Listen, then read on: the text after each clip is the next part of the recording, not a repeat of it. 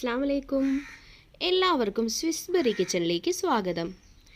ഇന്ന് നമ്മൾ വളരെ സിമ്പിളായിട്ട് ഒരു 10 മിനിറ്റിൻ്റെ ഉള്ളിൽ തന്നെ ഉണ്ടാക്കിയെടുക്കാൻ പറ്റുന്ന ഒരു കീറ്റോ ഫ്രണ്ട്ലി കൂടിയായിട്ടുള്ള മഷ്റൂം മസാല ആണ് ചെയ്യാൻ പോകുന്നത്.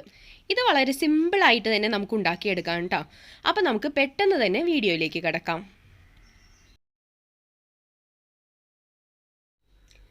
നമ്മുടെ ഇന്നത്തെ ഈ മഷ്റൂം മസാലയ്ക്ക് വേണ്ടിയിട്ട് ഞാനിവിടെ ഒരു പാൻ അടുപ്പത്ത് വെച്ചിട്ടുണ്ട്. അതിപ്പോൾ ചൂടായി വന്നിട്ടുണ്ട്. അതിലേക്ക് ഞാൻ കുറച്ച് ബട്ടറാണ് ഇവിടെ ഇട്ട് കൊടുക്കുന്നത്. ഏകദേശം 1 ടീസ്പൂൺ ബട്ടറാണ് യൂസ് ചെയ്യുന്നത്. നിങ്ങൾക്ക് ബട്ടർ താല്പര്യമില്ലെങ്കിൽ വെളിച്ചെണ്ണ യൂസ് ചെയ്താൽ മതി കേട്ടോ.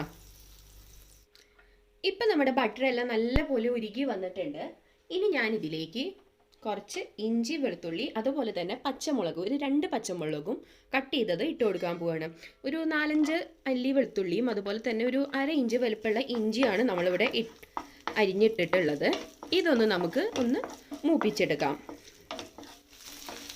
ഇപ്പം നമ്മുടെ വെളുത്തുള്ളിയും ഇഞ്ചിയൊക്കെ ഒരുവിധം പാകമായി വന്നിട്ടുണ്ട്, മൂത്ത് വന്നിട്ടുണ്ട്. ഇനി നമുക്കിതിലേക്ക് ചെറിയൊരു കഷ്ണം സവാള ചേർത്ത് കൊടുക്കാം. നല്ല നൈസായിട്ട് നീളത്തിൽ കട്ട് ചെയ്ത സവാളയാണ്. ഒരു 1/4 കഷ്ണം ഞാൻ എടുത്തിട്ടുള്ളൂ. അപ്പോൾ അത്രയും മതിയാവും. നിങ്ങൾ സവാള യൂസ് ചെയ്യാത്തവരാണെങ്കിൽ അതങ്ങോട്ട് സ്കിപ്പ് ചെയ്താൽ മതി. ഉപയോഗിക്കുന്നവരാണെങ്കിൽ ഒരു ചെറിയ കഷ്ണം എടുത്താലും മതി. എന്നിട്ട് നമുക്ക് നല്ലപോലെ ഇതൊന്ന് വഴറ്റിയെടുക്കാം. ഇപ്പം നമ്മുടെ സവാളയൊക്കെ ഒരുവിധം വാടി വന്നിട്ടുണ്ട്. ഇനി നമുക്ക് കുറച്ച് പൊടികളൊക്കെ ഇതിലേക്ക് ചേർത്ത് കൊടുക്കാം. ഞാനിവിടെ ഒരു 1/4 ടീസ്പൂൺ മുളക് പൊടി ഉപയോഗിക്കുന്നുണ്ട്. നിങ്ങൾ മുളക് പൊടി ഉപയോഗിക്കാത്തവരാണെങ്കിൽ സ്കിപ്പ് ചെയ്യാം. എന്നിട്ട് നമുക്ക് സാധാരണ നമ്മുടെ കുരുമുളക് പൊടി മാത്രം യൂസ് ചെയ്താലും മതി. ഒരു 1/4 ടീസ്പൂൺ മഞ്ഞൾപ്പൊടി കൂടി ഞാൻ ഇതിലേക്ക് ഇട്ട് കൊടുക്കുന്നുണ്ട്. ഒരു 1/4 ടീസ്പൂൺ ഗരം മസാല കൂടി ഞാൻ ഇതിലേക്ക് ഇട്ട് കൊടുത്തിട്ടുണ്ട്. എന്നിട്ട് നമുക്ക് വീണ്ടും ഒന്ന് നല്ലപോലെ സവാളയൊന്ന് ഇളക്കി യോജിപ്പിക്കാം. നമ്മുടെ മസാല പൊടികളൊന്നും കരിഞ്ഞു പോവരുത്. ലോ ഫ്ലെയിമിലിട്ടിട്ട് വേണം നമ്മളിത് ചെയ്തെടുക്കാൻ.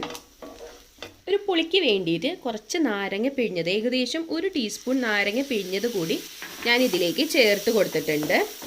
ഇനി നമുക്ക് ഇതിലേക്ക് കഴുകി വൃത്തിയാക്കി അരിഞ്ഞ് വെച്ച കൂൺ ചേർത്ത് കൊടുക്കാം. ഒരുപാട് ചെറുതൊന്നുമല്ല, എന്നാൽ ഒരുപാട് വലുതും ആയിട്ടല്ല അരിഞ്ഞിട്ടുള്ളത്. ഈ ഒരു സൈസിലാണ് ഞാനിവിടെ അരിഞ്ഞെടുത്തിട്ടുള്ളത്. ഇത് നമുക്കിതിലേക്ക് ചേർത്ത് ഇളക്കി കൊടുക്കാം. ഇതിലേക്ക് ഞാൻ ആവശ്യത്തിനുള്ള ഉപ്പ് കൂടി ഇട്ട് കൊടുക്കുന്നുണ്ട്. കുറച്ച് വേപ്പില കൂടി ഇട്ടിട്ട് നമുക്ക് ഇതൊന്ന് ഇളക്കി കൊടുക്കാം. ഞാനിവിടെ 200 ഗ്രാം കൂണാണ് എടുത്തത്. ഇതൊന്ന് ഇനി വെന്ത് വരാനായിട്ട് നമുക്ക് മൂടി വയ്ക്കാം. ഇതിലേക്ക് നമ്മൾ എക്സ്ട്രാ വെള്ളമൊന്നും ഒഴിച്ചു കൊടുക്കേണ്ട ആവശ്യമില്ല. മൂടി വെച്ച് വേവിക്കാം. ഇപ്പോൾ ഒരു 2 മിനിറ്റ് ആയിട്ടുണ്ട്. ഞാൻ മൂടി ഒന്ന് തുറന്ന് നോക്കുകയാണ്. വേണ്ട, നമ്മുടെ കൂണിൽ നിന്ന് വെള്ളമൊക്കെ ഇറങ്ങി വന്നിട്ടുണ്ട്. ഇതിലേക്ക് ഈ ഒരു സ്റ്റേജിൽ നമുക്ക് ഒരു 1/2 ടീസ്പൂൺ കുരുമുളക് പൊടി കൂടി ചേർത്ത് കൊടുക്കാം. എന്നിട്ട് നല്ലപോലെ ഒന്ന് ഇളക്കി മിക്സാക്കാം. ഇപ്പോൾ ഒരു 70% വെന്തിട്ടുണ്ടാവും. ഒന്നുകൂടി ഒന്ന് വെന്ത് വരട്ടെ. വീണ്ടും മൂടിയിട്ട് വേവിക്കാം. ഇപ്പം നമ്മുടെ മഷ്റൂം ഒക്കെ ഇവിടെ കുക്കായി വന്നിട്ടുണ്ട്. നിങ്ങൾക്ക് കുറച്ചുകൂടി ഡ്രൈ ആക്കണമെങ്കിൽ അങ്ങനെ ആക്കി എടുക്കാം. അല്ലെങ്കിൽ ഈ ഒരു പാകത്തിൽ തന്നെ ഫ്ലെയിം ഓഫ് ചെയ്യാവുന്നതാണ്. ഞാൻ ഇതിലേക്ക് കുറച്ച് മല്ലിയില കൂടി ഒന്ന് ഇട്ട് കൊടുക്കുന്നുണ്ട്.